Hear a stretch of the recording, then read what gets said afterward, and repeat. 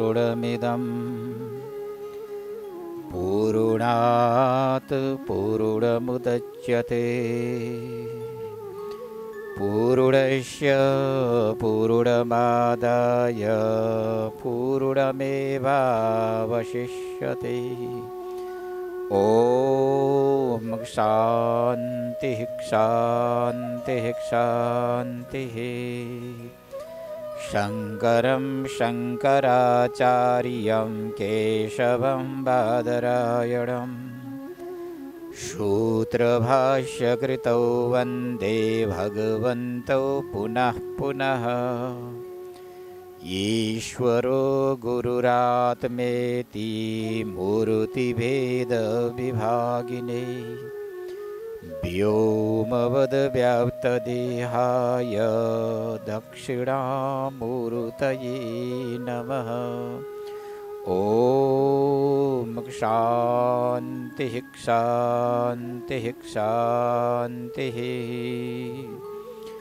या देवी सर्वभूतेषु बुद्धिरूपेण संस्थिता नमस्तस्यै नमस्तस्यै नमस्तस्यै नमो नमः।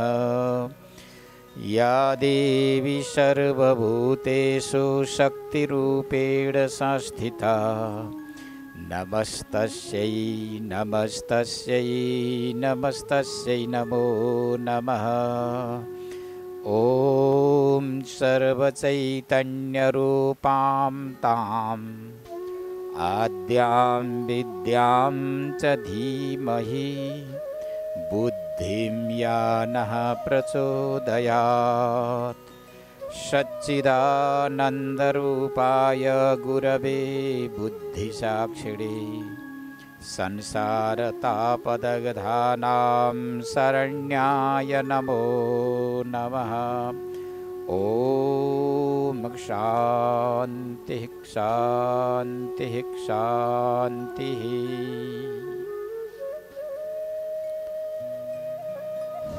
समस्त मुमुक्षुजन, हामी देवी गीता अन्तर्गत चिन्तन गरिरहेका छौं। साक्षात जगतजननी भगवती महामायाद्वारा उपदिष्ट उपदेशको विषयमा हामीले विचार गरिरहेका छौं, चिन्तन गरिरहेका छौं। हामी सबै श्रोता वक्ता भाग्यमानी छौं। शारदीय नवरात्र हरिहर मन्दिरको 26औं वार्षिकोत्सव, जसको सन्दर्भमा विविध अनुष्ठानहरू हामीले प्रारम्भ गरेका छौं। अनुष्ठानकै बीचमा देवी गीताको उपदेश गर्न र सुन्न पाउनु यो पनि ठुलो सौभाग्य हो। गीता भनिसकेपछि यो अत्यन्त महत्त्वपूर्ण विषय हुन्छ, जसको विषयमा हामीले प्रस्तुत गर्दै आएका छौं। हिजो म विशेष अनुष्ठानको क्रममा रहेको थिएँ। डाक्टर बलराम ब्रह्मचारीद्वारा यहाँहरूले श्रवण गर्नुभयो। अब गीताको सन्दर्भमा जाँदै गर्दा त हिजोको पाठमा समस्त देवताहरूको श्रद्धा, भक्ति, आस्था र विश्वासलाई देखेर जगतजननी भगवतीले विराट रूपको दर्शन गराउनु भयो। हिमालयलाई माध्यम बनाएर भगवतीले उपदेश गरे तापनि त्यहाँ समग्र देवताहरू अभिष्ट लाभको लागि उपस्थित भएका छन्, सबै नतमस्तक भएका छन्। जसको श्रद्धाले, जसको निष्ठाले पग्लेकी भगवतीले आफ्नो विराट रूपको दर्शन गराउनुभयो। जस्तो श्रीमद् भगवद गीतामा भगवान श्रीकृष्णले अर्जुनलाई विराट रूपको दर्शन गराइदिनु भएको थियो। अर्जुनको श्रद्धा, अर्जुनको विश्वास, अर्जुनको भावलाई देखेर पहिला विराट रूप जसलाई सगुण भनेर भनिन्छ, यस्तो सगुण रूपलाई प्रदर्शन गराइसकेपछि विशेष प्रकारको श्रद्धा जागृति भयो। किनकि सर्वप्रथम सगुण परमात्मामा श्रद्धा जागृति हुँदैन तबसम्म निर्गुण परब्रह्म परमात्माको अन्वेषण पनि हुँदैन।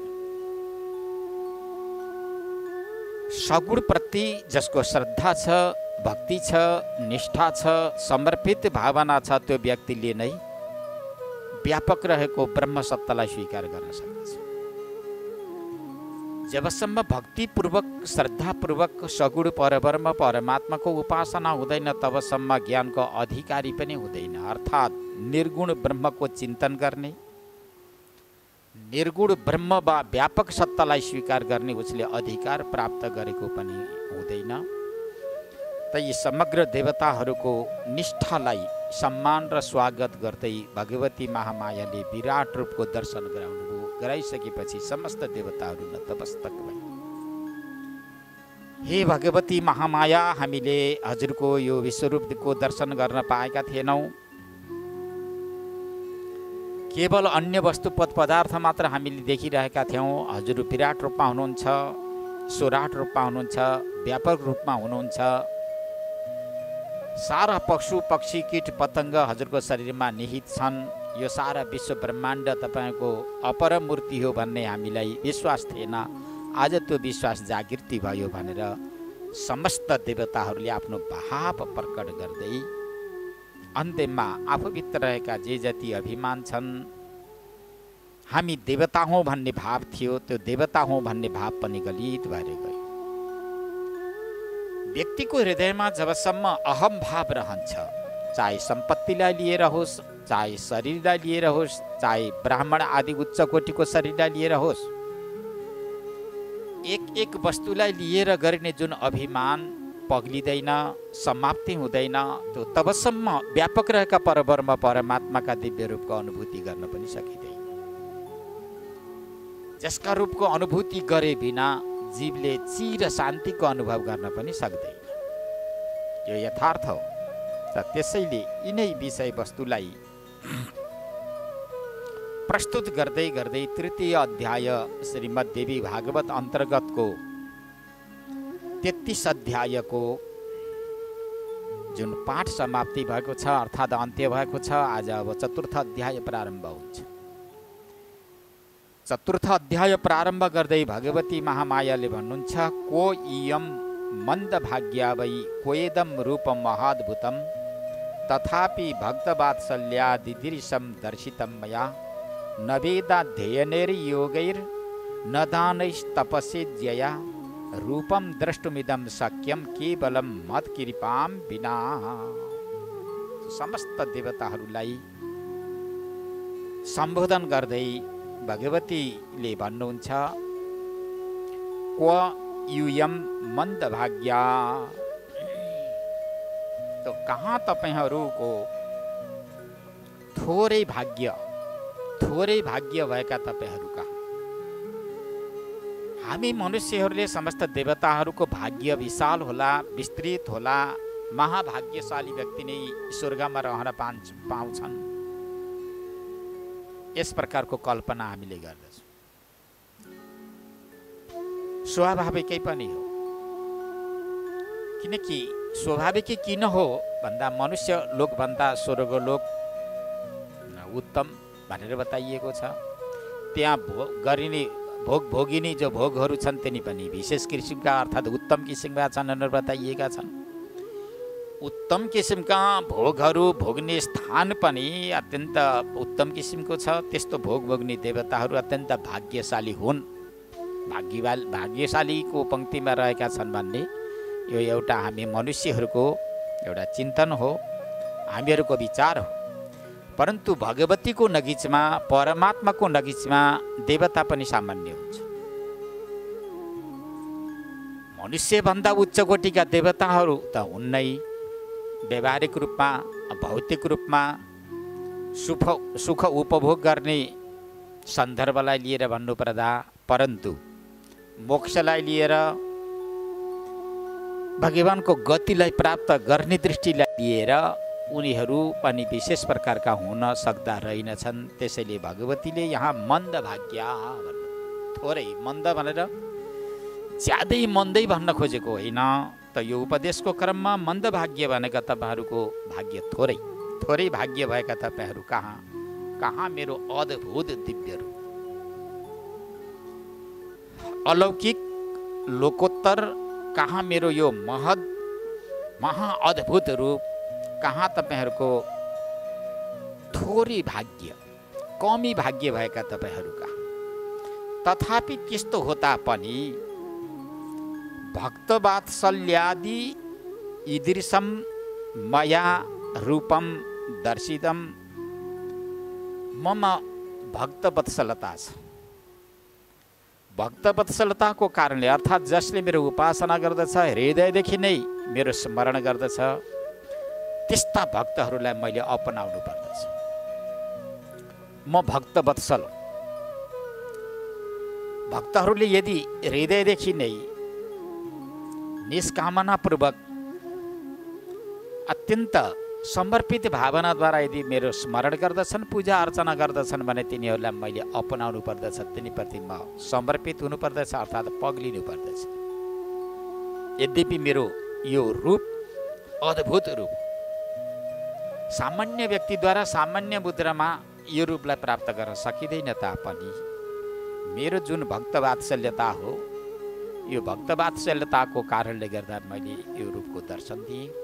यो रूपको दर्शन वेदाध्ययनले मात्रै पनि हुँदैन।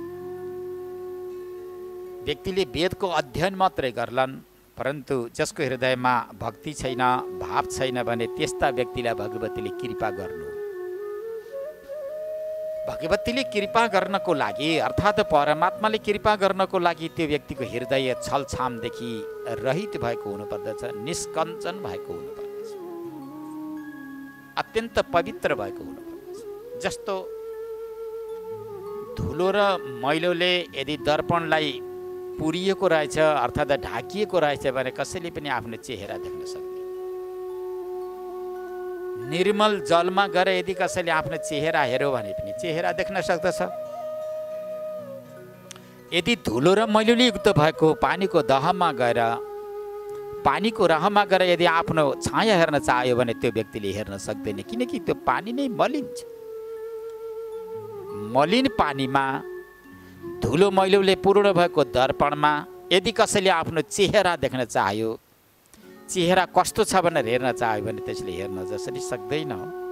त त्यस्तै प्रकारले जन्मदेखि लिएर मृत्यु पर्यन्त वेद मात्र पढिरहेको छ, परन्तु हृदयमा भाव छैन, भक्ति छैन, परमात्माप्रति समर्पित भावना छैन भने त्यस्ता व्यक्तिलाई भगवतीले दर्शन दिनुहुन्न, अर्थात् परब्रह्म परमात्माले दर्शन दिनुहुन्न।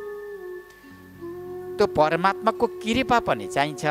त्यो परमात्माले कृपा गर्नको लागि कृपा भाजन आफू पात्र त बन्न सक्नु पर्यो। म यतिका तीर्थ भ्रमण गरेँ, लोकमा भन्छन् नि कमसे कम 20-30 पटक तीर्थ भ्रमण गरिसकेँ। 2-4 पटक भागवत, देवी भागवत सप्ताहको रूपमा पनि नवाहको रूपमा पनि मैले लगाइसकेँ, भागवत पनि सुनिसकेँ। विभिन्न प्रकारका अनुष्ठानहरू पनि मद्वारा सम्पादित भइसके, परन्तु अहिलेसम्म परमात्माको दर्शन भएन, कृपा भएन भनेर भक्तहरूले भन्छ। कहीँ हामीले त्यस्तो सुन्दछौँ, त्यो स्वाभाविकै हो। तिनीहरू तीर्थ भ्रमण पनि गरेकै हुन्, सप्ताह नवाह यज्ञ पनि गरेकै हुन्, तीर्थमा पनि तिनीहरू बसेको सत्य हो, दिनानुदिन कर्मकाण्ड गरेको पनि सत्य नै हो। अर्को सत्य यो हो, भगवानले दर्शन नदिएको, भगवानका जो निर्गुण रूपको जुन अनुभूति नगरेको पनि सत्य नै हो। त यस्तो के भयो त? फेरि परमात्मालाई प्राप्त गर्ने साधन पनि यिनै हुन्। सप्ताहको रूपमा, नवाहको रूपमा वा तीर्थमा रहेर, तीर्थ भ्रमण गरेर, प्राणायाम आदि साधन गरेर, यिनै साधनको माध्यमले परमात्मालाई जान्न सकिन्छ भन्ने पनि यो सत्य नै हो। परन्तु 50औं वर्ष साधना गर्दा, 50औं वर्ष यी कर्महरूलाई अपनाउँदा पनि दर्शन नपाएको पनि ए सत्य नै यो पनि देखिएकै छ, त यस्तो विपरीत किन भयो भनेर विचार गर्दै जाँदा, अन्तरात्माले विचार गर्दै जाँदा यदि विचार गर्ने हो भने ती दुवै पक्ष सत्य हुन्। कर्म पनि गरिराखेको छ, आत्मामा शान्ति पनि छैन, परमात्माको दर्शन प्राप्त भएको पनि छैन। त यो कारण के त भन्दा भित्र भावनाले गरेको छैन, भित्र भावनामा छोइएको छैन। गर्यो उसले कर्म, परन्तु परमात्माको कृपा भाजन बन्न सकेन। उसका वृत्ति बही भए, बुद्धिले के पक्रिराखेको छ, कस्तो निर्मल भावना हुनुपर्ने हो, त्यस्तो निर्मल भावना हुन नसक्नुको कारणले गर्दा उसले दर्शन पाउन सकेन। तो भगवतीले यहाँ भन्नुहुन्छ, नवेदाध्ययनैर योगैर नदानैस्तपसे जयाः। यो मेरो रूपको दर्शन केवल वेदको अध्ययन मात्रै गरेका छन्, परन्तु वेदको भेद के हो भनेर वेदको भेद थाहा भएको छ। वेदले प्रस्तुत गरेर बताउन चाहेको विषयवस्तु के हो, त्यो यथार्थ वेदको विषयवस्तुलाई जान्न नसक्नुको कारणले गर्दा वेद पढेर मात्र पनि हुँदो रहेनछ। न योगै, ठुला ठुला योगीहरू जङ्गलमा बसेका हुन्छन्, लटाझटाहरू पालेका हुन्छन्, भस्म त्रिपुण्ड लगाएका हुन्छन्, योगीका भेषहरू धारण गरेर 20औं वर्ष जङ्गलमा बस्न भने सक्दछन्, परन्तु उनीहरूको देहाध्यास, जसलाई देहाध्यास भनेर भनिन्छ, त्यो अध्यास नहटेको हुन सक्छ। उसको वृत्तिमा विचलितता आएको हुन सक्छ। उसको भित्रबाट योगसँग सम्बन्ध नभएको हुन सक्दछ, जसको कारणले गर्दा पनि त्यो सिद्धि हुन सक्दैन। दान पनि प्रशस्त गरेको छ। धेरै दान मात्रै गर्ने व्यक्तिले पनि मेरो यो रूपको दर्शन गर्न सक्दैन भन्नुहुन्छ। दान त गर्यो, परन्तु दानको अभिमान भित्र आयो। म दान गर्ने होला, अर्थात् विशेष प्रकारको दाता हुँ भन्ने जो एउटा अभिमान हुन्छ, यता धन त गुमायो, फेरि अभिमानलाई निम्ति आयो भने त्यस्ता व्यक्तिले पनि भगवतीका यो दिव्य रूपको दर्शन गर्न सक्दैन। योगी हुँ त भन्यो, योग त गर्यो, परन्तु योगमा भएको जुन अभिमान हो, त्यो अभिमान ल्याएर आफूमा भित्र आयो। म वेद अध्ययन गर्ने व्यक्ति हुँ भन्ने जब अभिमान भित्र आयो भने त्यस्ता व्यक्तिले अवश्य नै यो मेरो रूपको दर्शन गर्न सक्दैनन्। न इज्जया, 50औं वर्ष पूजा गर्यो, 50औं वर्ष पूजा गर्ने व्यक्तिले पनि मेरो यो रूपको दर्शन गर्न सक्दैन भन्नुहुन्छ। परन्तु पूजा त गर्यो, परन्तु त्यो पूजाको अभिमान, दम्भ, त्यो महान विषलाई हृदयमा जब धारण गर्यो भने त्यस्ता व्यक्तिले भगवतीको दर्शन प्राप्त गर्न सक्दैनन्। यो कुरा पनि ध्रुव सत्य हो। रूपम द्रष्टुमिदम सक्यम केवलम मत कृपाम बिना। जबसम्म मेरो कृपा कटाक्षको निपातन हुँदैन, मैले कृपा गर्दिनँ, तो तबसम्म त्यो व्यक्तिले मेरो यो रूपको, यो दिव्य रूपको, यो विश्व रूपको दर्शन गर्न सक्दैनन्। हे हिमालय अर्थात् हे देवता हो भनेर यसरी सम्बोधन गर्दै गर्दै अब पाठलाई अगाडि बढाउनुहुन्छ। प्रकृतम शृणु राजेन्द्र परमात्मात्र जीवताम उपाधि योगात् सम्प्राप्त कर्तृत्वादिकमप्युत। अब प्रकृत प्रसङ्गमा अर्थात् चलिरहेको प्रसङ्गमा जगज्जननी भगवतीले वेदान्तको मूलभूत विषयवस्तुलाई प्रस्तुत गर्नुहुन्छ। यो नबुझी नहुने विषयवस्तु त जीव नै परमात्मा हो भनेर वेदान्त शास्त्रले प्रस्तुत गर्दछ, व्याख्या गर्दछ। त यो जीव कहाँबाट आयो? शिव नै जीव हो भनेर जुन बताइएको छ, यो शिव नै जीव भएर कसरी आयो भन्ने यहाँ प्रश्न आयो। परमात्मा नै जीव भएर यो संसारमा आयो। संसारमा आएका जीवात्माले विभिन्न प्रकारका कर्म प्रारम्भ गर्न थाल्यो।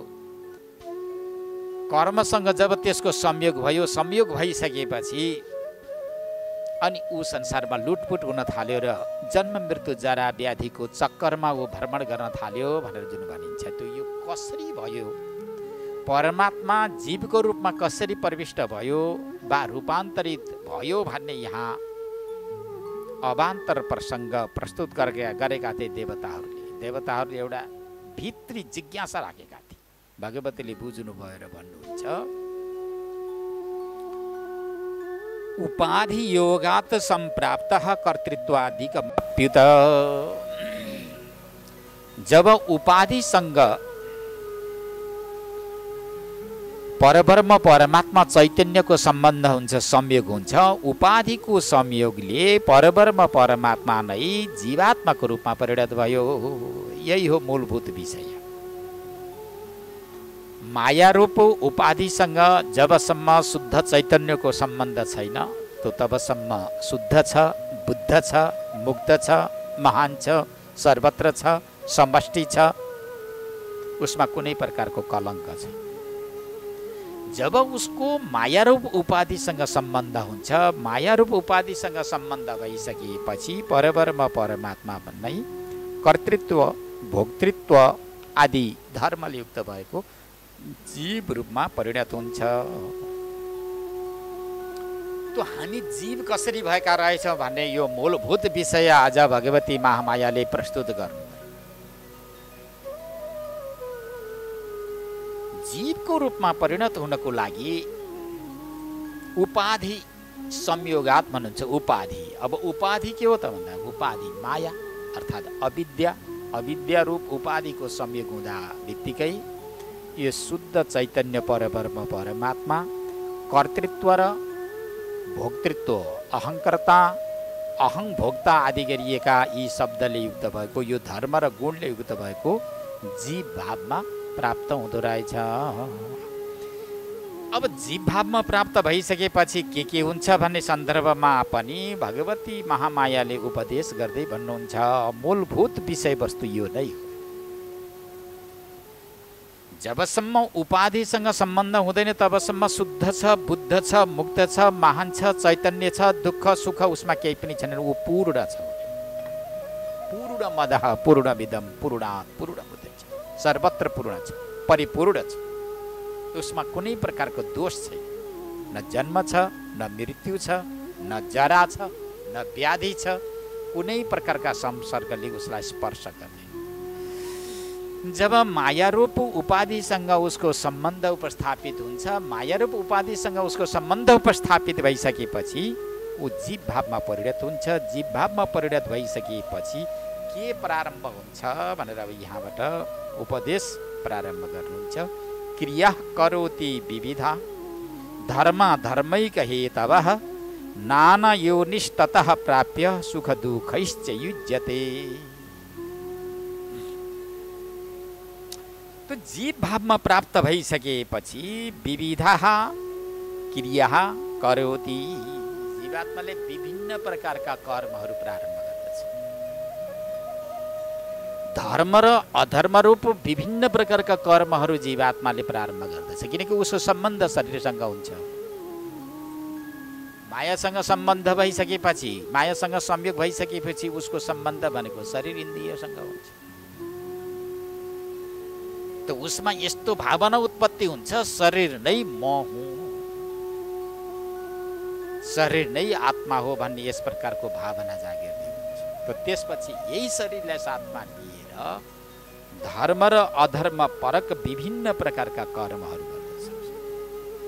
धर्मेतरौ तत्र पुनः शरीरकम पुनः क्रियाचक्र बदिर्यते भव। भगवान मर्यादा पुरुषोत्तम रामले आफ्नो भाइ लक्ष्मणलाई उपदेश गर्दै रामगीतामा यही कुरा भन्नुहुन्छ। जब जब उसले कर्म गर्दै जान्छ, किनकि योसँग सम्बन्ध उपस्थापित भयो, सम्बन्ध उपस्थापित भइसकेपछि उसले कर्म गर्न थाल्दछ। कर्म गरिसकेपछि कर्मको प्रभाव धर्म परक कर्म गरेछ भने उसले सुख प्राप्त गर्दछ। श्रुति निन्दित अर्थात् वेदले यो कर्म गर्नु हुँदैन भनेर निषेध आज्ञा गरेका कर्मलाई यदि उसले स्वीकार गरेर कर्म गर्न थालेछ भने उसले दुःख प्राप्त गर्दछ। यो सुखात्मक र दुःखात्मक फल उत्पत्ति हुने धर्म र अधर्म रूप कर्म क्रिया उसले गर्दछ। गरिसकेपछि त्यो कर्मको प्रभावले नाना योनिस्ततः प्राप्य सुख दुःखैश्च युज्यते। कर्मानुसार नाना प्रकारका योनि भनेको नाना प्रकारका शरीरमा जान्छ। कहिले देवताको शरीरमा, कहिले मनुष्यको शरीरमा, कहिले पशु पक्षीको शरीरमा, कहिले कीट पतङ्गको शरीरमा, कहिले दानवको शरीरमा, कर्म फेरि भ्राम्यमाणैस देवत्रियङ निर्योनिषु। उसले गरेका कर्मको प्रभावले कहिले देवयोनिमा गएर अमृत भोजी बन्दछ जीवात्मा, कर्मको प्रभावले कहिले मनुष्यको शरीरमा आएर अन्न भोजी हुन्छ, कर्मको प्रभावले कीट पतङ्गको शरीरमा गएर तत्तत् प्रकृति अनुसारको भोजन र तिनै विषय तिनै इन्द्रियमा मस्त हुन्छ। कर्मको प्रभावले यो नारकीय योनिमा गएर तत्तत् शरीरद्वारा उपभोग गर्ने विषयको उपभोग गर्दै वहीँ रमण गर्न थाल्दछ। यो सबै कर्मको प्रभाव। यदि कुनै जीव अर्थात् कुनै मनुष्य सुखी बन्न चाहन्छ भने सुरती स्मृति उक्त कर्म गर्दै अर्थात् निष्काम कर्मयोग गर्दै चित्त शुद्धिपूर्वक परमात्मालाई जान्नुपर्छ।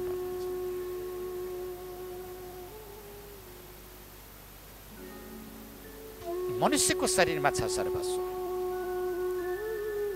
मनुष्यको शरीरद्वारा देवताको शरीरमा पनि जान सक्दछ भाइ, तत्पर कर्म गर्यो भने।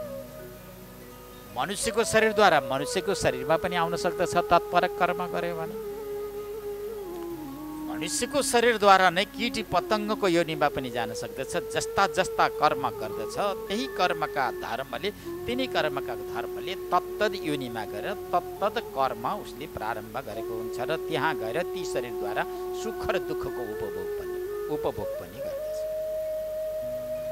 वेद वेदान्त शास्त्रले मनुष्यहरूको लागि यही निचोड अर्थ अर्थात् अन्तिम उपदेश गर्दछन्, हे मानव तिमीले कर्म नबिराऊ, कर्ममा भुल त्रुटि नगर, अशास्त्रीय कर्म नगर, इन्द्रियको बसमा परेर मनको बसमा परेर तिमीले शास्त्र निषिद्ध कर्म नगर, निन्दित कर्म नगर। पहिला कर्म गरेका थियौ र अहिले आएर खाँदैछौ, अब पनि तिमीले फेरि त्यस्तै सुन्दर कर्म गर्यौ भने गएर फेरि सुन्दर फल सुखरूप फलको उपभोग गरौला। यदि अहिले कर्म बिरायो भने शरीरान्तरमा गएर तिमीले दुःखै दुःख उपभोग गर्ने। त्यसैले कर्म नबिगार शुद्ध कर्म गर, शास्त्रीय कर्म गर भन्ने शास्त्रकारको निर्देशन छ।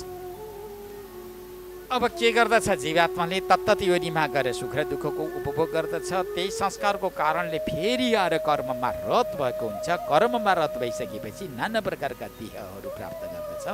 त्यसपछि फेरि पनि सुख र दुःखको अनुभव गर्दछ। घटी यन्त्रवत भनेर भन्नुहुन्छ। उसले विश्राम कहिल्यै पनि पाउँदैन। जस्तै घडीको सुई घुमेको छ घुमेको छ घुमेको छ। जबसम्म त्यसभित्र ब्याट्री छ तबसम्म घडीको सुई कदापि रोकिँदैन। जसरी घडीको सुई रोकिँदैन त्यस्तै प्रकारले जबसम्म व्यक्तिले आफ्ना कर्मलाई परिमार्जित गर्न सक्दैन, त्यो कर्मको रेखा सकिँदैन, तबसम्म घटियन्त्रवते तस्य नविराम कदापि त्यो कहिल्यै पनि विश्राम गर्न उसले पाउँदैन। घुमेको छ 84 लाख योनिमा यन्त्रमा ऊ भ्रमण गरिरहेको। 84 लाख योनि यन्त्रमा भ्रमण गर्ने एकमात्र कर्म छ अर्थात् एकमात्र विषय हो मनुष्यका शरीरद्वारा गरिएका कर्म। अन्य शरीरद्वारा गरेका कर्म होइनन्। मनुष्यका शरीर र शरीरमा भएका इन्द्रियहरू जो छन्, यी इन्द्रियलाई माध्यम बनाएर गरेका जे जति कर्महरू छन् ती कर्महरू भोग गर्नको लागि घटी यन्त्रवत घडीको सुई चाहिँ भ्रमण गर्दै नाना प्रकारका शरीरमा गएर भोग गर्नुपर्दछ। एक कुरा उपदेश गर्नुहुन्छ। यो यथार्थ, यो निचोड अर्थ हो। भक्तहरूले विभिन्न प्रकारका प्रश्नहरू गर्ने गर्दछन्। दुःखको अन्त्य कहिले हुन्छ, ज्यादै दुःख पाइयो भने तिमीलाई यदि दुःखको अन्त्य गर्नु छ भने सकाम कर्म नगर, निष्काम कर्म योग गर। निष्काम कर्म गरिसकेपछि चित्त शुद्धि हुन्छ। चित्त शुद्धि भइसकेपछि शुद्ध भएका चित्तमा नित्य वस्तु विवेक, इह मूत्रार्थ फल भोग विराग, समदमादि सडक सम्पत्ति, मुमुक्षुता 4 प्रकारका साधनहरू उत्पत्ति हुन्छ। ती 4 प्रकारका साधनद्वारा तिमी सम्पन्न भइसकेपछि जाऊ श्रोत्रिय ब्रह्मनिष्ठ महापुरुषको नजिकमा गएर प्रश्न गर। मेरो ज्ञेय वस्तु के हो, कुन वस्तुको अनुभव गर्नाले फेरि संसार यो 84 लाख योनि यन्त्रमा भ्रमण गर्न वा भड्किनु पर्दैन, आज्ञा होस् भनेर गुरुको नजिकमा गएर प्रश्न गर। गुरु पनि अहिले गहिरे होइन, श्रोत्रियम ब्रह्मनिष्ठमा श्रोत्रिय ब्रह्मनिष्ठ गुरुको नजिकमा गएर प्रश्न गर्यौ भने अवश्य नै तिमीलाई फल मिल्छ। निष्कपट रूपमा ती ब्रह्मज्ञानी महापुरुषले तिमीलाई उपदेश गर्नुहुन्छ। अज्ञानमेव मूलम स्यात् ततः काम क्रियास्ततः। यी कर्म जति के छन्, यी काम्य कर्म जति अज्ञान मूलक छन्। अज्ञान र यी काम्य कर्ममा कुनै प्रकारको अन्तर छैन, यी दुईटामा कुनै प्रकारको विरोधाभास छैन। अज्ञान भनेको नजान्नु हो।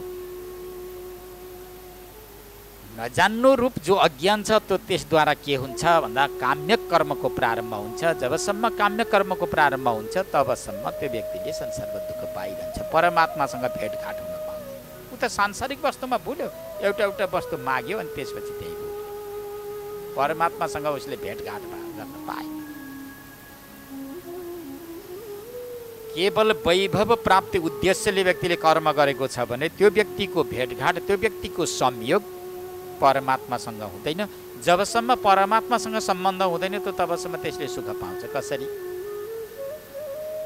त भगवती महामायाले पनि यिनै कुराको उपदेश गर्दै भन्नुहुन्छ, तस्मात् अज्ञान नाशाय यतेत नियतम नरः।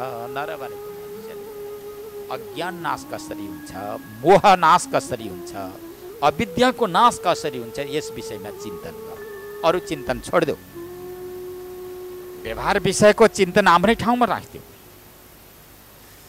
मोहको नाश कसरी हुन्छ, अविद्याको नाश कसरी हुन्छ, अज्ञानको नाश कसरी हुन्छ, तम अन्धकारको नाश कसरी हुन्छ, यस विषयमा नरह भनेको मनुष्यले विचार गर्नुपर्छ।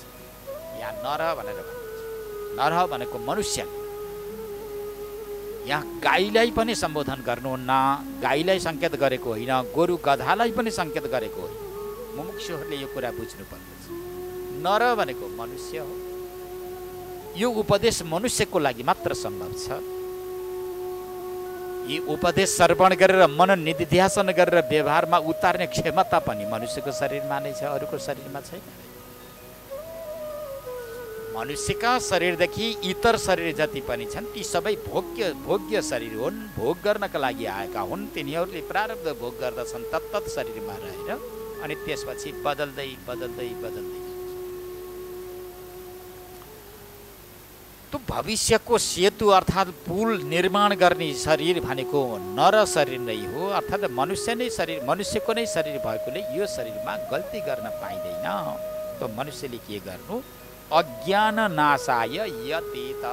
अज्ञान नाशको लागि, मोह नाशको लागि, काम क्रोध लोभ मोह मद मत्सर यी नरकका द्वार भनेर बताएको छ। त यिनलाई नाश गर्नको लागि यतेत भनेको प्रयत्न गरिरहनु। यतद्धि जन्म साफल्य, यही नै मनुष्यको जन्मको साफल्यता। नत्र भने मनुष्यका शरीरको, मनुष्यका जन्मको सफलता पनि मिल्न सक्दैन। अज्ञान नाश गर्नु नै मनुष्यको शरीरको सफलता हो। जबसम्म अज्ञान नाश गर्न सकिँदैन, मोह नाश गर्न सकिँदैन, तमलाई नाश गर्न सकिँदैन, तबसम्म मनुष्य जन्मको सफलता पनि हुन सक्दैन भन्ने कुरा भगवतीले उपदेश गर्नुहुन्छ। भगवतीको उपदेश हो यो, चान्ने चुन्ने उपदेश होइन, कुनै व्यक्ति विशेषले गरेको उपदेश होइन। सुख चाहिएको छ भने गर। जन्म मृत्यु जरा व्याधिको भयद्वारा भयभीत बनेका छौ भने तिमीले गर। अज्ञान नाशको लागि कोसिस गर, पुरुषार्थ गर। यदि यसद्वारा भयभीत भएका छैन भनेदेखि जाऊ गरिरहौ। शास्त्रले के गर्दछ? शास्त्रले नीति निर्देशन गर्ने हो, उपदेश गर्ने हो, मार्ग प्रदर्शन गर्ने हो। त्यसलाई अपनाउन सक्दैनौ भने शास्त्रले के गर्न सक्छ र? केही पनि गर्न सक्दैन। पुरुषार्थ समाप्ति, पुरुषार्थको समाप्ति नै यही हो। जीवन मुक्तिको दशा पनि यही हो। पुण्यप्रद कर्म, योग्यप्रद कर्म माने योग्य कर्म जसद्वारा चित्त शुद्धि होस्, शुद्ध भएका चित्तमा परब्रह्म परमात्माको जुन दर्शन गर्न सकियोस्, अनुभव गर्न सकियोस् र कृतकृतताको अनुभूति गर्नुहोस्। प्रारब्धवश भला व्यवहार गर्नु पर्ला, व्यवहार गर्नुपर्छ। व्यवहारको सम्बन्ध शरीरसँग छ। जहाँसम्म प्रारब्ध छ त्यहाँसम्म अन्नको आवश्यकता छ। अन्न जुटाउनको लागि पनि कर्म गर्नुपर्नेछ। जहाँसम्म शरीर रहन्छ त्यहाँसम्म कपडा चाहिएलान्, बस्ने घर चाहिएला, धन सम्पत्ति चाहिएला। आर्जन गर, कोही समस्या छैन। धन सम्पत्तिको आर्जन नगर भन्दैन। गृहस्थ आश्रमलाई भर्खरै छोडिहाल, जङ्गलको किनारामा तिमी गइहाल, नदीको किनारामा गइहाल भनेर शास्त्रले नीति निर्देशन गर्छ। परन्तु भगवतीका दिव्य चरित्र सर्वण गर, भगवतीको एउटा कृपा भाजन बन, सत र असतको विवेचना गर, अज्ञान नाशका लागि ठुलो प्रयत्न गर, अज्ञान नाश गर। अज्ञान नाश गरेर परमात्मालाई जान्यौ, परमात्माका दिव्य रूपको अनुभूति गर्न सक्यौ भने जति कर्म गर्ने हो त्यति कर्म गर। त्यति कर्म गर्दा पनि तिमीलाई कर्तृत्वाभिमानले कदापि स्पर्श गर्दैन। परमात्मालाई नजानिकन गरिएका कर्म, आत्मालाई नजानिकन गरिएका कर्म बन्धनका कारण हुन्छन् भने आत्मालाई वा भगवानलाई जानिसकेपछि गरिएका कर्म बन्धनका कारण हुँदैनन्। जति कर्म गरे पनि ती समष्टि हुन्छन्, ती व्यष्टि हुँदैनन्। त्यस्ता कर्म गलाका पासा पनि हुन सक्दैनन्, सदैव मुक्त गरिरहन्छ। ज्ञानी बनेर तिमीले विश्व ब्रह्माण्डलाई सञ्चालन गर। ती कर्मका दोषद्वारा तिमी दोषी हुनु पर्दैन। व्यवहारद्वारा उत्पन्न हुने लाभ र हानिद्वारा तिमी दुखी र सुखी पनि हुँदैन। यदि त्यो बुझ्न सक्दैनौ, परमात्माको रूपको अनुभूति गर्न सकेनौ भने सामान्य लाभद्वारा खुसी हुन्छौ। सामान्य कुनै वस्तुको अलाभद्वारा वा नाश क्षतिद्वारा तिमी दुखी हुन्छौ। तिमीले सुखको अनुभूति गर्न कदापि सक्दैनौ भने सङ्केत गर्दै अगाडि बढाउनुहुन्छौ। न कर्म तज्जम नोपास्तिर विरोधा भावतु गिरे प्रत्युतासा ज्ञान नाशे कर्मणा नैव भाव्यता भन्नुहुन्छ। हे हिमालय, हे समस्त देवता हो, न कर्म तज्जम नोपास्तिर विरोधा भावतु गिरे। तिमीले 50औं वर्ष गर काम्य कर्मको र अविद्या वा अज्ञानको विरोध छैन। यी काम्य कर्मद्वारा तिम्रो अज्ञानको निवृत्ति हुँदैन। अज्ञानको नाश नभएसम्म ज्ञानको उदय पनि हुँदैन। तिमीभित्र प्रकाश आउँदैन, तिमीभित्र छवि पनि आउँदैन, तिमीभित्र कान्ति पनि आउँदैन, तिम्रो चेहरामा उज्यालोपन आउन सक्दैन। किनकि कुनै न कुनै विषयको दास बनेर कर्म गरिराखेका छौ, व्यष्टि कर्म गरिराखेका छौ, पेटको लागि तिमीले कर्म गरिराखेका छौ, एउटा परिवारको घेरोभित्र बसेर तिमीले कर्म गरिराखेका छौ। समष्टि रूपले तिमीले कर्म गर्न सक्दैनौ। त्यस्ता व्यष्टि कर्म गर्दै गर्दै गयो भने त्यो कर्मको तिमी दास हुन्छौ। कर्मको दास बन्यौ भनेदेखि तिमीले भगवतीका दिव्य रूपको अनुभूति गर्न सक्दैनौ। भगवतीको दास बन्न तिमी सक्दैनौ। कर्मको दास बन्यौ, परिवारको दास बन्यौ, इन्द्रियको दास बन्यौ, लोकको दास बन्यौ, लिने दिने व्यवहारको मात्रै दास बन्यौ भने तिमी जस्ता दासले उच्च कोटिको आनन्दको अनुभूति गर्न सक्दैनौ। जाऊ संसारमा भ्रमण गरिराख। त्यस्ता कर्म गर्ने व्यक्ति संसारमा भ्रमण गर्नु सिवाय दोस्रो उपाय केही पनि छैन। यस्ता काम्य कर्मद्वारा अर्थात् व्यवहार प्राप्ति उद्देश्यद्वारा गरिएका कर्मले अज्ञानको नाश हुन्छ भन्ने आश तिमीले नगर्दा हुन्छ र तिमीले अज्ञानलाई नाश गर्छु भनेर त्यस्ता कर्म 50औं वर्ष होइन 1000औं जन्म जन्मेर पनि नाश गर्न सक्दैनौ। अतः तिमी बच। केबाट बच? यहाँ पापबाट मात्रै बच भन्ने भगवतीको उपदेश होइन।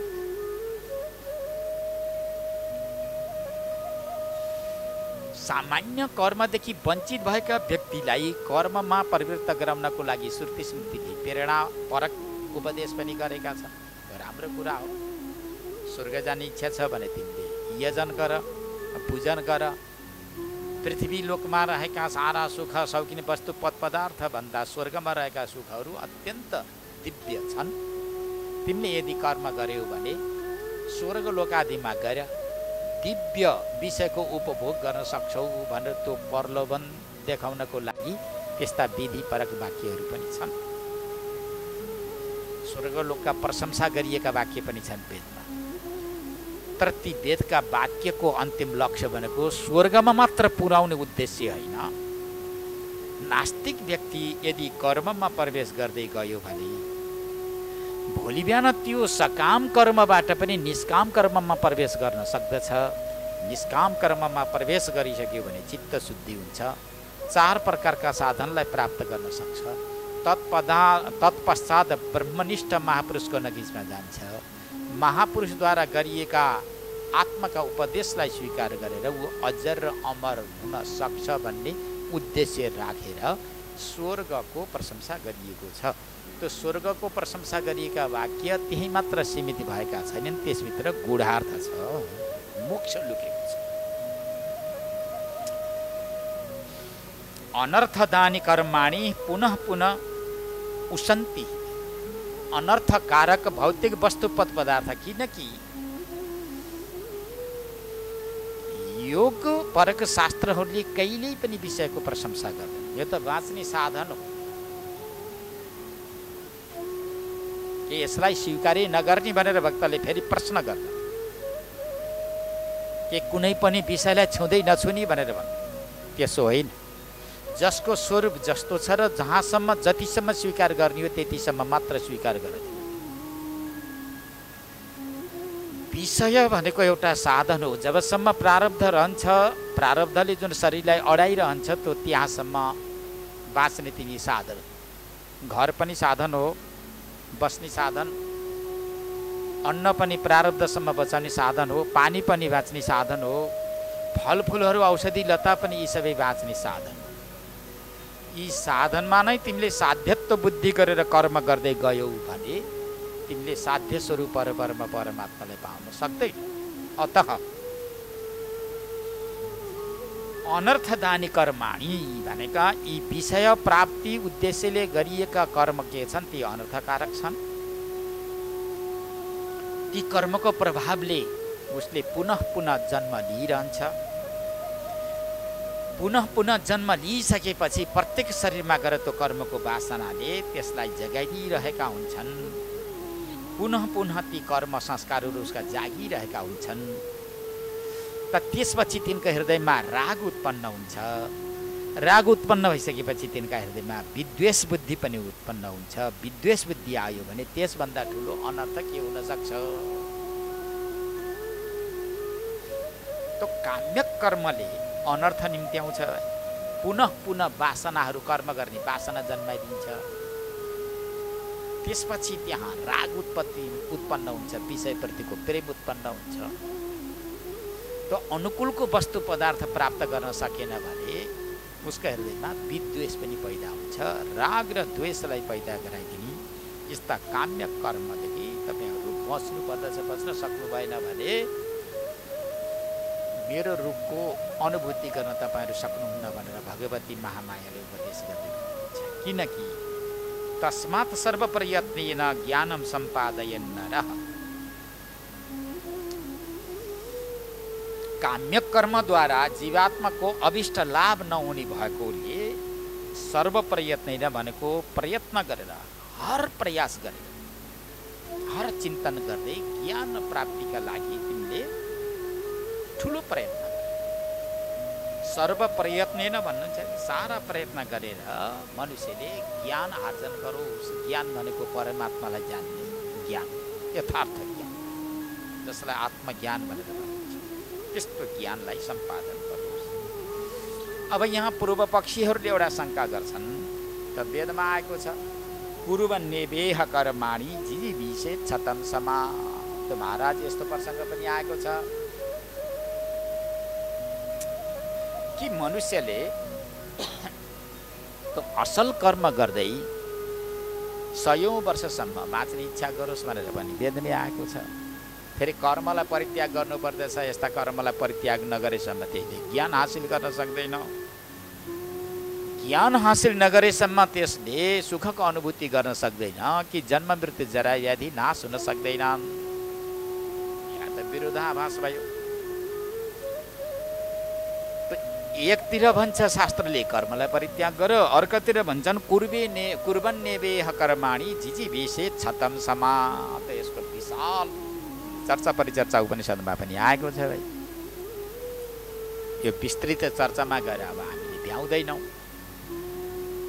एउटा छोटो समयको परिधिभित्र हामी छौँ। अब विस्तृत व्याख्या गरेर अगाडि जान सक्दैनौँ र यसको अब मूलभूत लक्ष्य यो हो,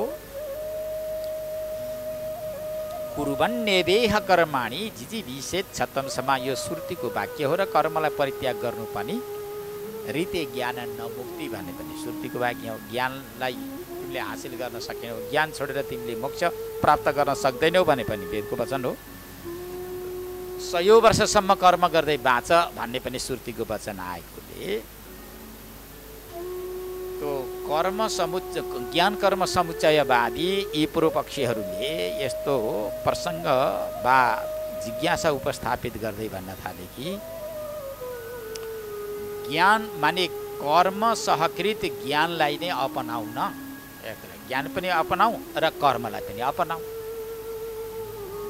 यो दुवैको सहयोगद्वारा हामीले मोक्ष प्राप्त गरौँ न भनेर यस्तो तर्क राखेका थिए। तर त्यस्तो होइन, त्यस्तो बन्न सक्दैन। कर्म गर्दै 100 वर्षसम्म बाँच्ने इच्छा गर भन्नुको तात्पर्य के हो भने तिमीले श्रुति स्मृतियुक्त कर्म गर्दै गयौ भने तिम्रो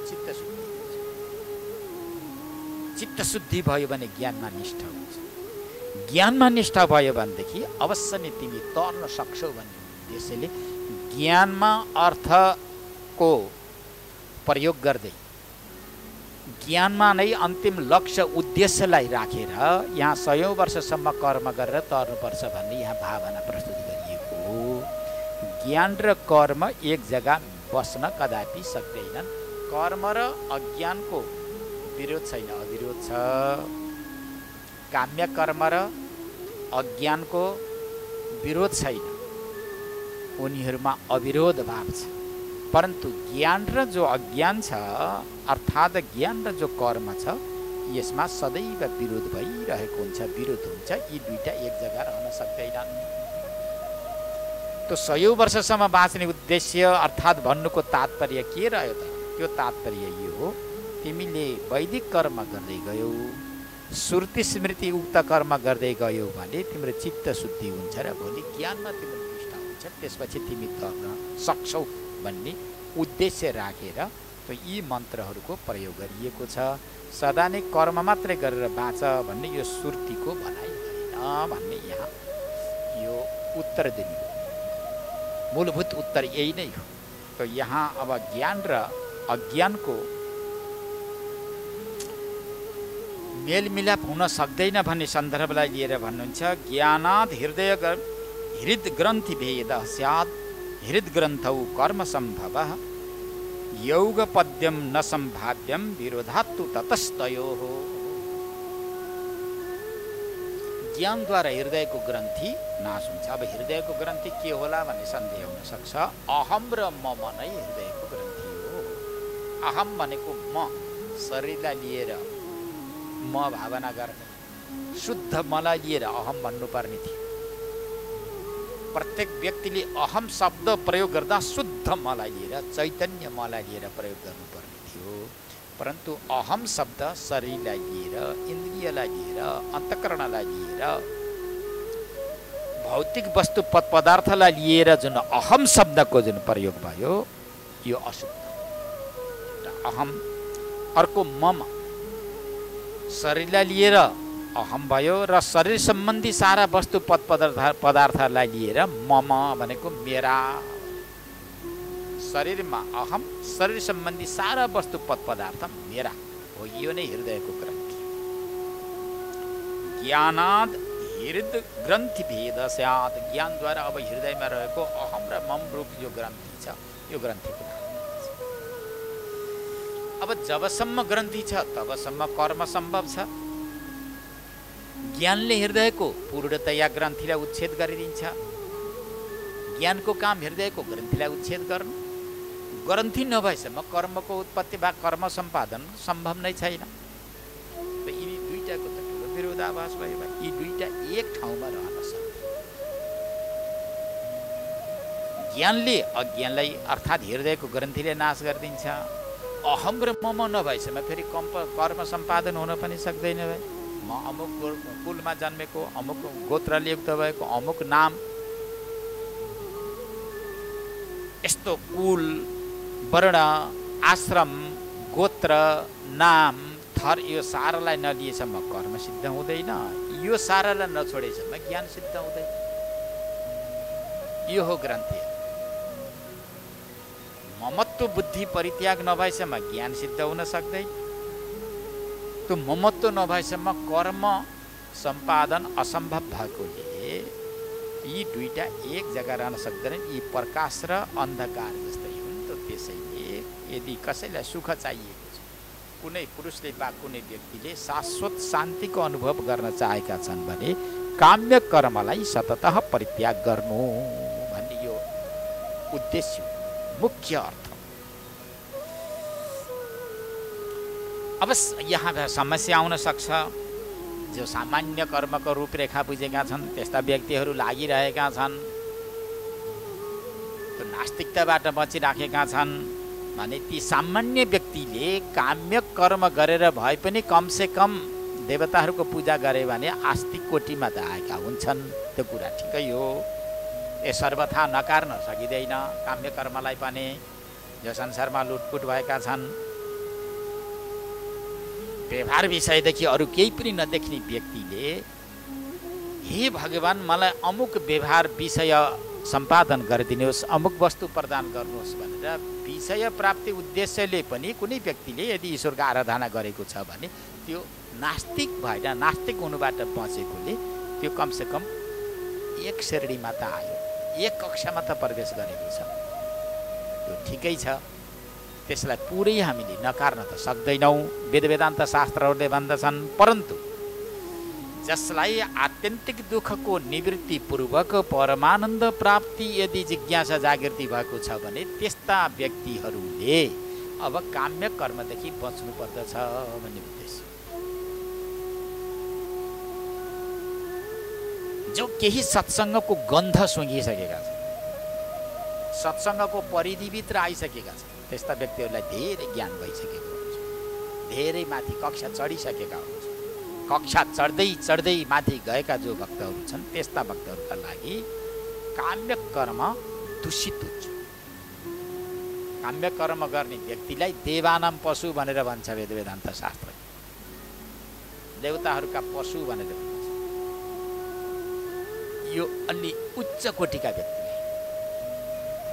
परन्तु नास्तिक हुनदेखि बच्नको लागि ईश्वरको नाम लिएर केही भाकल गरेर हे भगवान् यो दिनुहोस् ऊ दिनुहोस् मलाई यो चाहियो भनेर पनि सांसारिक व्यक्तिलाई पुकार्नुभन्दा परमात्मालाई यदि पुकारा गरेको छ भने त्यो पनि कमसे कम एउटा आस्तिकताको श्रेणीमा प्रवेश गरेको छ। कुनै दिन अगाडि बढ्ला। त्यस्तालाई पनि सङ्केत यो छ कि बाबु तिमी कर्म गर्दै जाऊ, गर्दै गर्दै जाँदा ठिक छ कति माग्ने हो प्रशस्त माग। माग्दै माग्दै जाँदा भगवान्ले दिँदै दिँदै जानु होला। यति माग्छौ तिमीले भगवान्ले यति तिमीलाई दिन्छ कि भोलि तिमीले त्यसलाई सम्हालेरै सक्दैनौ। सम्हालेरै सकेनौ भने त्यो विषयबाट पनि तिमीलाई वैराग्य आउन सक्छ। मोक्ष सम्यक प्रदान गर्नको लागि तयार भएको परमात्माले के व्यवहार विषय दिँदैन? उसले अवश्य नै दिन्छ। परन्तु काम्य कर्मको बहानाले भए पनि ईश्वरको उपासना गर्दै गर्दै गयो भने त्यसले धेरै माग्छ। भगवान्सँग उसले धेरै माग्छ। मागोस्, कति माग्नु सम्हाल्न नसक्ने। ईश्वरले पनि प्रसन्न भएर त्यो व्यक्तिलाई दिँदै जाउँ दिँदै जाउँ दिँदै जाउँ। त्यो ईश्वरले दिएको सम्पत्तिद्वारा ऊ च्यापियोस्। च्यापिसकेपछि अब म बुढो हुन थालेँ, शरीरद्वारा अब कुनै कर्म पनि सिद्ध हुँदैनन्, अब यो विषयको उपभोग पनि हुन सक्दैन, मर्दा मैले केही लिएर जाँदिनँ क्यारे, अवश्य नै एक्लै जानु पर्दछ। यो सारा विषयलाई छोडेर एक्लै जानुपर्दछ भने अब यसमा कति लिप्त हुने, कति लुप्त भएर बस्ने भन्ने कुनै दिन वैराग्य आउन सक्छ ईश्वरको कृपाले। त्यसैले नास्तिकै हुनुभन्दा सकाम कर्ममा प्रवेश गर्नु पर्ने राम्रो कुरा हो। परन्तु सकाम कर्म गर्दै गर्दै अगाडि बढ्दै गएर केही विचारधारा शुद्ध र परिमार्जित हुँदै गयो भने अवश्य नै त्यसको हृदयमा वैराग्य आउन सक्दछ। र यहाँ भन्नुहुन्छ तस्मात् सर्वाणि कर्माणि वैदिकानि महामते चित्त शुद्ध।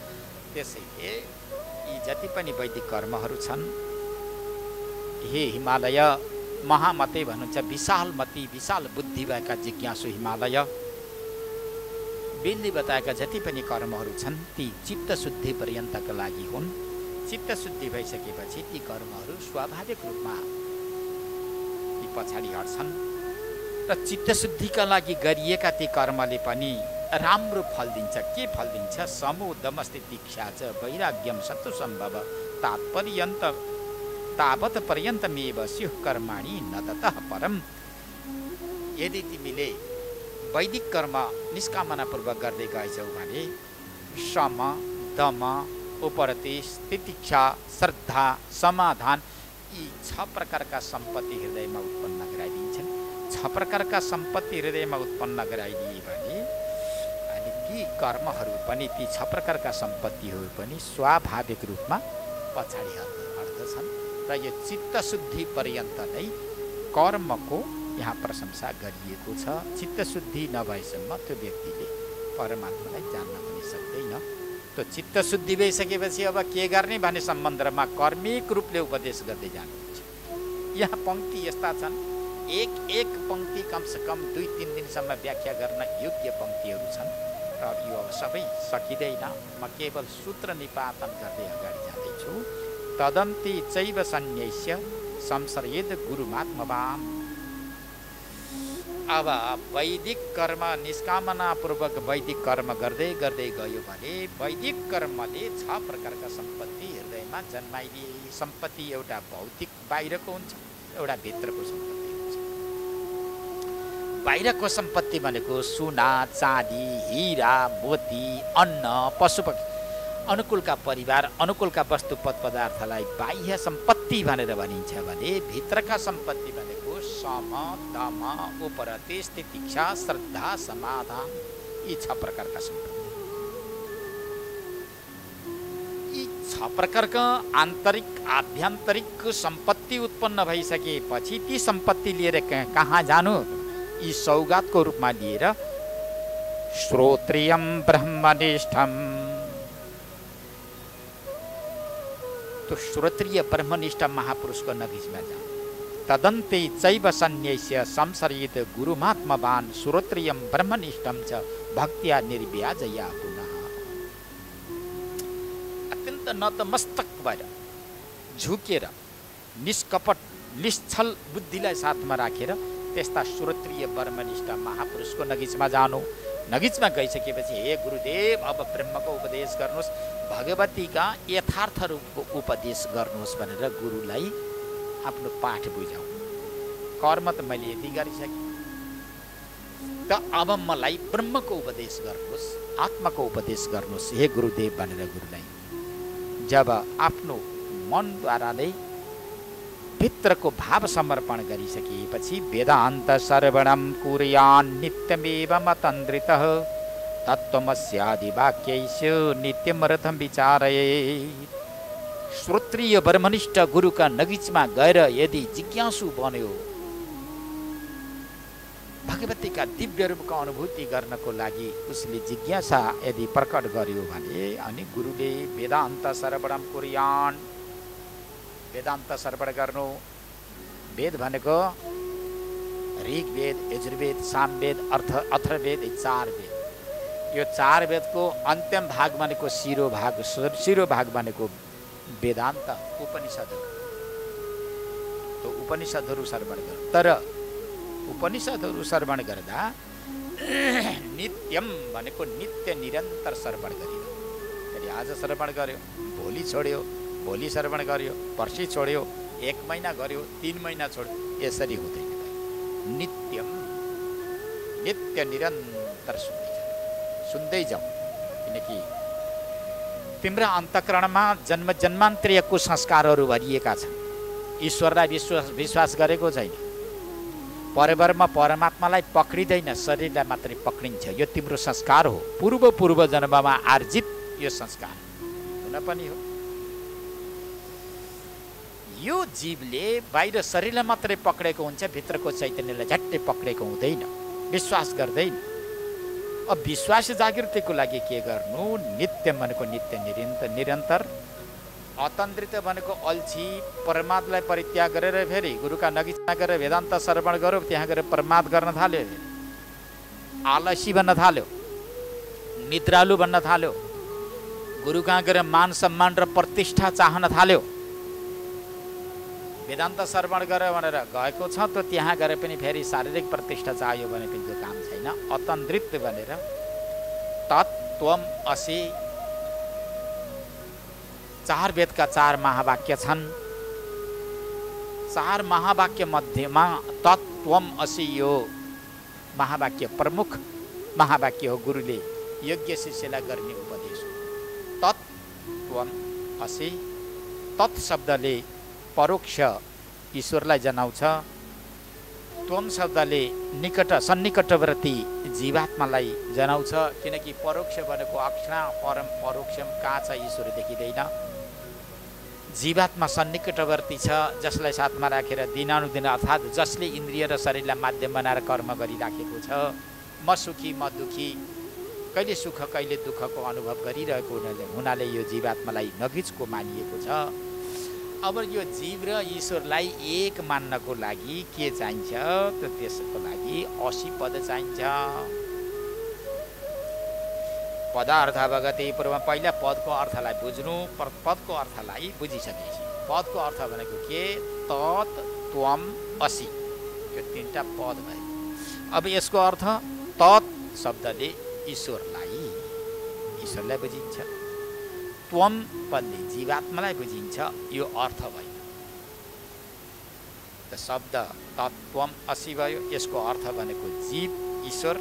अनि त्यसपछि 80 पद भनेको के हो त भन्दा जीव र ब्रह्म एउटै हो, अर्थात् जीव र ईश्वर एक हो भन्दा बित्तिकै ब्रह्ममा उसको अन्त्य हुन्छ, अर्थात् जीव र ब्रह्म एउटै हो भन्नको लागि 80 पद छ। अब यिनीहरूमा के छन् भन्दा एउटा वाच्यार्थ छ र अर्को लक्ष्यार्थ छ। ईश्वरमा यस्तो छ, सारा विश्व ब्रह्माण्डलाई रचना गर्ने होला म हुँ, सारा विश्व ब्रह्माण्डको ज्ञान राख्ने होला म चैतन्य हुँ भनेर ईश्वरले यस्तो अभिमान गरेको छ।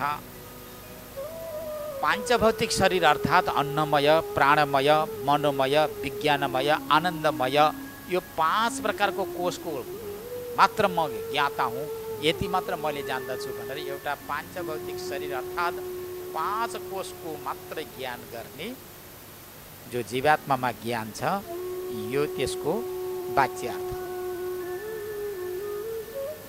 5 कोषमा अभिमान गर्ने चैतन्य जीव म हुँ भनेर भन्छ जीव। ईश्वरले सारा विश्व ब्रह्माण्डको ज्ञान पनि गर्दछु र सारा विश्व ब्रह्माण्डलाई रचना गर्दछु, रचना गर्ने चैतन्य म हुँ भनेर ईश्वरले भन्दछ। अब त्यहाँ लक्षणावृत्तिद्वारा त्यसै त मिल्दैन, एउटा सर्वज्ञ छ, अर्को अल्पज्ञ छ। सर्व भनेको धेरैलाई जान्ने, अल्प भनेको थोरैलाई जाने।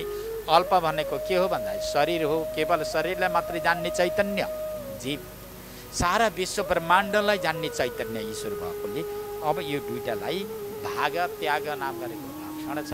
यी लक्षणहरूलाई प्रयोग गरेर अन्तिममा स्वयं देवदत्त भने जस्तै पाञ्चभौतिक शरीरलाई जान्नेवाला चैतन्य भनेर जुन जीवलाई भनिएको छ, पाञ्चभौतिक शरीरको अभिमानलाई जीवात्माले छोडिदियोस्।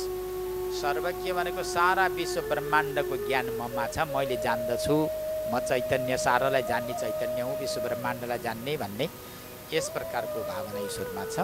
अब यो सर्व शब्दद्वारा प्रतिपादित सर्वज्ञत्व जुन छ त त्यसमध्येको सर्वलाई परित्याग गर्नु, सबैलाई जान्दछु भन्ने ईश्वरको भागलाई निकालिदिनु, यता शरीरको पाञ्चभौतिक शरीरलाई मात्रै जान्दछु भन्ने यो भावलाई निकालिदियो भने दुईटा ज्ञको संयोग हुन्छ स्वयं देवदत्त भनेर बताइन्छ। तत्त्वम असी, त्यसलाई असी पद पनि भनिन्छ। देवदत्त सयेवायम इति बल लक्षणाश्रिता स्थूलादि देह रहितो ब्रह्म सम्पद्यते नर।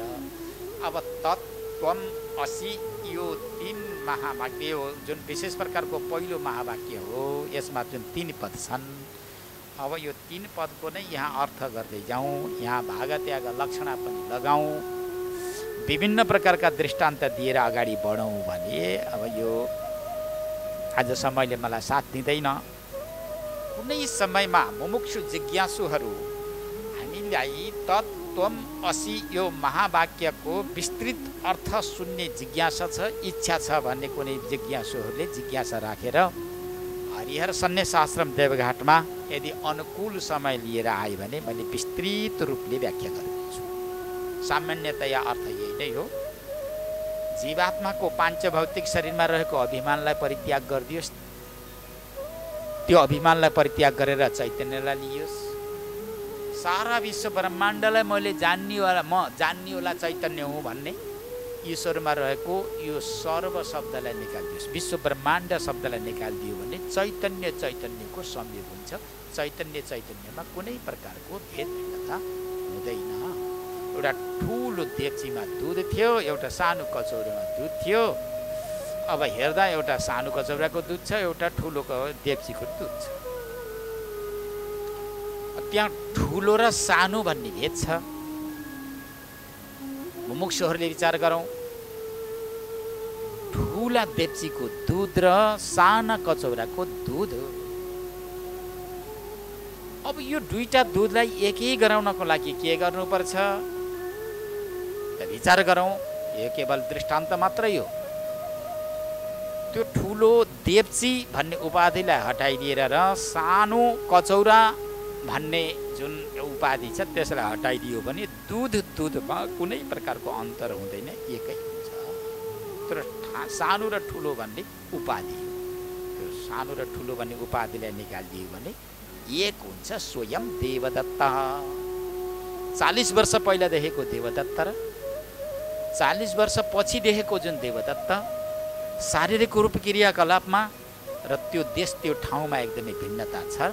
तर त्यो जुन मुख्य देवदत्त भन्ने व्यक्ति हो, त्यो व्यक्तिमा कुनै प्रकारको अन्तर छैन, उही व्यक्ति हुन्छ। तर त्यो अवस्थालाई लिएर हेर्ने, तद्देश तत्काललाई लिएर हेर्ने हो भनेदेखि देवदत्तको ज्ञान हुन सक्दैन, त्यसलाई चिन्न नसके जस्तै जीवात्मामा रहेको अल्पज्ञत्व र ईश्वरमा रहेको जुन सर्वज्ञत्व छ, त्यो सर्व र अल्पलाई परित्याग गरिदियो भने त्यो एक हुन्छ भन्ने यस प्रकारको उपदेश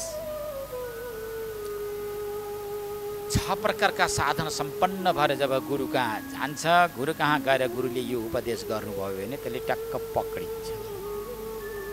त्यसले पक्रिदियो भने अनि ऊ कृतार्थ हुन्छ, कृतज्ञ हुन्छ, कृतकृत्य हुन्छ। अब उसको कुनै पनि केही बाँकी हो। यो हो ज्ञान, यथार्थ ज्ञान भनेको जीव र ब्रह्मको ऐक्य ज्ञान। अब यो जीवात्माको एउटा के छ, स्थूल शरीर उपाधि छ भाइ। पञ्चकृत महाभूत सम्भूत स्थूल देहक भोगालयो जरा व्याधि संयुत सर्वकर्मणाम मिथ्याभूतो य महाभाति स्फुटम माया य मयत्वतः स्वयं स्थूल उपाधि स्याद आत्मनो मे नगेश्वर। पञ्चीकरण गरेर तयार गरिएको जुन स्थूल शरीर छ, यो स्थूल शरीर भनेको पञ्चीकरण गरेर तयार गरिएको छ। मैले अस्ति पनि सङ्केत गरेको थिएँ, आकाश वायु तेज जल पृथ्वी समष्टि महाभूतको सम्पत्ति यो व्यष्टि शरीरमा आएको छ। व्यष्टि शरीरमा आएको यो समष्टि पञ्चमहाभूतलाई मेरो भनेर जीवले भन्दैन, यो व्यष्टि शरीरमा आएको पञ्चमहाभूतलाई जीवात्माले मेरो भन्छ, मम भन्छ, अहम भन्छ। अहम भन्छ यो सम्बन्धी वस्तुलाई मेरा भनेर। यो के हो त भन्दा पञ्चीकरण गरेर तयार यहाँ राखिएको छ। पञ्चीकरण गरेर तयार गरिएको व्यष्टि शरीरलाई जीवात्माले अहम भन्छ। अब यसलाई भोगालय भनेर बताइएको छ। अशाश्वत कहिलेसम्म रहन्छ थाहा छैन। जरा व्याधि आदि गरिएका रोगहरूद्वारा यो आक्रान्त छ। यो के हो त भन्दा यो मिथ्या हो, हिजो थिएन आज देखिएको छ, भोलि समाप्ति भएर जान्छ। यो स्पष्टतया मायामयत्व हो। मायामयत्व जति पनि पदार्थहरू छन् ती देखिन्छन् परन्तु सत्य हुँदैन। डोरीमा देखिएको सर्प जबसम्म सुदृष्टिले हेरिँदैन, बत्ती बालेर हेरिँदैन, त्यो तबसम्मको लागि सत्य हुन्छ। बत्ती बालेर सुदृष्टिले जब हेरिन्छ, हेरिसकेपछि डोरीको ज्ञान हुन्छ। त्यस्तै प्रकारले यो मायामयत्व हो। मायाको कार्य नै यस्तै हो। मायाले यस्तै खेल खेलाउँछ। अविद्या जबसम्म अज्ञान छ तबसम्म सत्यवत प्रतीयमान भएको हुन्छ। जुन दिन जुन समयमा ज्ञान हुन्छ त्यस दिन यो असत्य नै भएर गएको हुन्छ। त यो जीवात्माको, यो आत्माको यो स्थूल शरीर हो।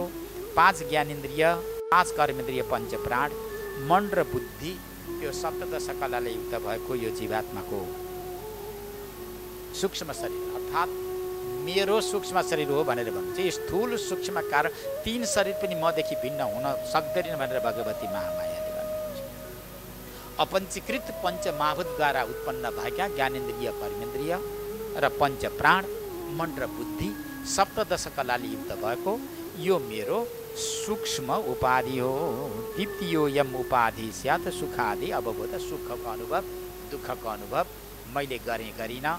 जन्म मृत्यु जरा व्याधिको अनुभव गर्ने, लोकान्तरमा जाने, एक जन्मदेखि अर्को जन्ममा जाने, एक शरीरदेखि अर्को शरीरमा गएर रुने, हाँस्ने, बस्ने, खेल्ने, भयो भएन, पुयो पुगेन, नाना प्रकारका शब्द प्रयोग गर्ने यो सूक्ष्म शरीर हो भने अब यो कारण शरीर जसलाई अविद्या अनाद्य निर्वाच्यमिदम अज्ञानम तु तृतीयकः देहोयम आत्मनो भाति कारण आत्मा नगेश्वर, जसलाई अविद्या भनेर भनिन्छ। यो 2 शरीरको, स्थूल शरीर र सूक्ष्म शरीरको जुन बीज, यो उत्पत्ति हुने बीज जसमा रहेको छ त्यसलाई अज्ञान भनेर भनिन्छ।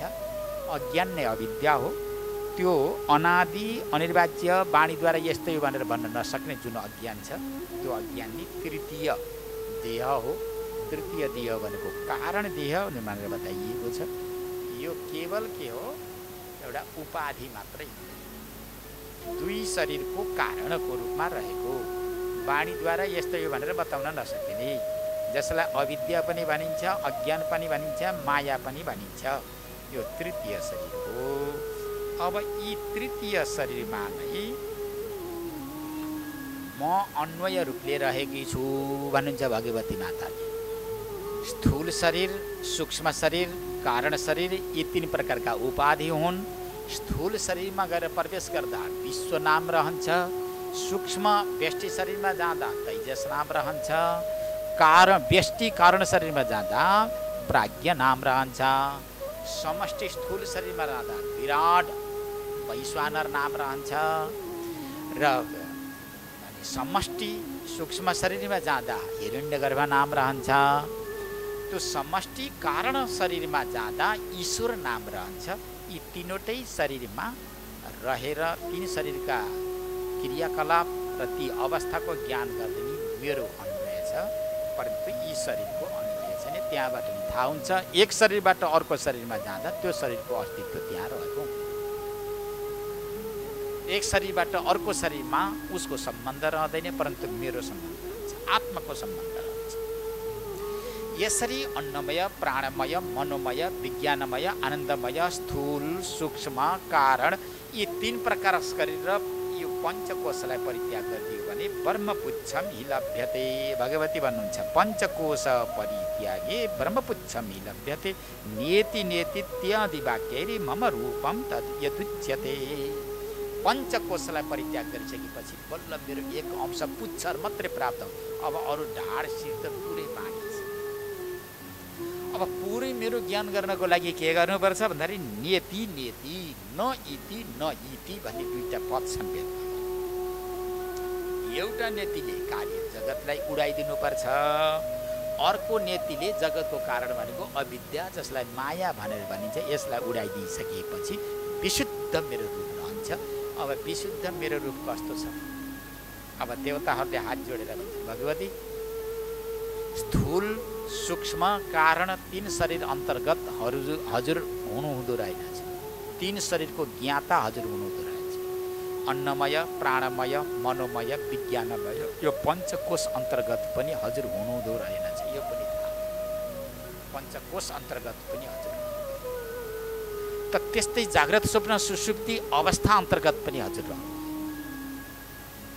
स्थूल सूक्ष्म शरीरसँग पनि हजुरको एउटा नेतृत्व मात्र रह्यो यो शरीरसँग कुनै प्रकारको सम्बन्ध रहेन भने अब यसदेखि अतिरिक्त नयिति नयिति शब्दद्वारा प्रतिपादित तपाईँको शुद्ध रूप कस्तो हो त नि कुन रूप हो मैले जानु कसरी हिमालयले भन्छ भगवती अब मैले त अहिलेसम्म यही शरीर देखेको छु मैले अहिलेसम्म अनुभव गरेका यिनै 3 शरीर हुन् मैले अनुभव गरेका यिनै पञ्चकोश हुन् मैले अहिलेसम्म अनुभव गरेका यिनै 3 प्रकारका काल हुन् मैले अनुभव गरेका ज्ञानेन्द्रिय कर्मेन्द्रिय अन्तःकरण प्राण यिनै तत्त्वहरू हुन् यिनी तत्त्व अन्तर्गत हजुर रहनुहुन्न यिनी तत्त्वलाई जान्ने होला म हुँ भनेर हजुरले भन्नुभयो त्यस्तो हजुरलाई नेति नेति शब्दद्वारा बल्ल जानिन्छ अरे भने अब मैले अहिलेसम्म जानेकामा हजुर पर्नु भएन अब नजानिएको हजुर कस्तो हुनुहुन्छ त्यो रूपको मैले अनुभव गर्न चाहन्छु भनेर बडा जटिल प्रश्न गर्छन् हिमालय तपाईको वास्तविक रूप के हो त तपाईँ कस्तो हुनुहुन्छ भनेर हिमालयले जिज्ञासा राखेका थिए न जायते म्रियते वा कदाचिन्नायं भूत्वा न बभूव कश्चित् अजो नित्यः शाश्वतो यं पुराणो न हन्यते हन्यमाने शरीरे हे राजर्षि हे हिमालय शरीर नाश हुँदा मेरो नाश हुँदैन शरीरको जन्म हुँदा मेरो जन्म हुँदैन न पहिला भएको थियो न अहिले छ र न पछि रहन्छ शरीरसँग मेरो कुनै पनि सम्बन्ध रहँदैन म त अझ हुँ नाश नहुने नित्य हुँ सदा सर्वदा रहिरहने जसलाई शाश्वत भनेर बताएको छ ज्यादै पुरानो शरीर पुरानो हुन सक्दैन मातापिताले खाएको अन्नद्वारा तयार भएको रजबीजद्वारा यथासमयमा उत्पत्ति हुने जुन पाञ्चभौतिक शरीर हो यसको नाश छ परन्तु यो शरीरको प्रकाशक जसलाई शरीरी भनेर भनिन्छ त्यस्तो मेरो नाश कदापि हुन सक्दैन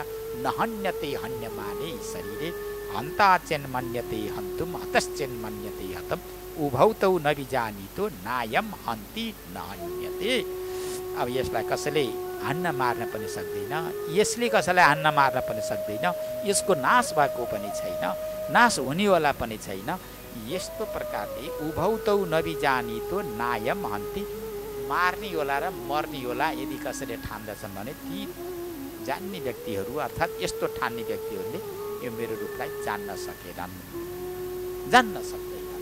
त्यसो भए तपाईँ कस्तो हुनुहुन्छ कत्रो हुनुहुन्छ कति प्रमाणको हुनुहुन्छ तपाईँ पुरा शरीर प्रमाणको हुनुहुन्छ कि शरीरको कुन कुनमा सानो रूपले पो बस्नु भएको छ कि अत्यन्त सूक्ष्माति सूक्ष्म हुनुहुन्छ वा स्थूलाति स्थूल हुनुहुन्छ शरीर जस्तो हुनुहुन्छ इन्द्रिय जस्तो हुनुहुन्छ अन्तःकरण जस्तो हुनुहुन्छ हजुर कस्तो हुनुहुन्छ हजुरको वास्तविक रूप जान्न चाहन्छौँ भनेर हिमालय सहित सारा देवताहरूले भगवतीको वास्तविक रूप जान्नको लागि जिज्ञासा जागृति गरेका छन् अब यो यिनीहरूको जिज्ञासालाई भोलि प्रस्तुत गरौँला आज सप्तमी भोलि अष्टमी पर्सि हामीले उपसंहार गर्छौँ गीता हो जति सक्छौँ त्यति भन्छौँ अब यो पुरै पाठै सिद्ध्याउनुपर्छ भनेर लाग्यौँ भने समस्या आउँछ यसरी अगाडि लैजाने पनि होइन अहिलेसम्म पनि मैले प्रत्येक शब्द बिन्दै व्याख्या गरेको छैन एउटा स्थूल रूपले एकदम स्थूल रूपले मैले केही चर्चा गर्दै आएको छु र अब पर्सिसम्म जे जति सकिन्छ अगाडि बढिन्छ अनि फेरि आगामी समयमा फेरि अर्को समय निकालेर गरिनेछ अब यहाँ देवताहरूको जिज्ञासा अनुसार भगवतीले आफ्नो यथार्थ रूपको वर्णन भोलि गर्नुहुन्छ यथा समयमा सबै उपस्थित हुनुहोला जिज्ञासुहरू मुमुक्षुहरू अब कुन मुद्रामा कसरी रहनुभएको छ मैले अब यो यन्त्रमा देखेको छैन मैले मात्रै प्रवचन गर्दै गएको छु उपदेश गर्दै गएको छु तपाईहरू कुन मुद्रामा कति कहाँ बसेर श्रवण गर्नु भएको छ छैन मलाई त्यो कुराको थाहा छैन जानकारी पनि छैन अब यथा समयमा जानकारी होला आजको लागि हरि ओम तत्सत हरि ओम तत्सत हरि ओम तत्सत।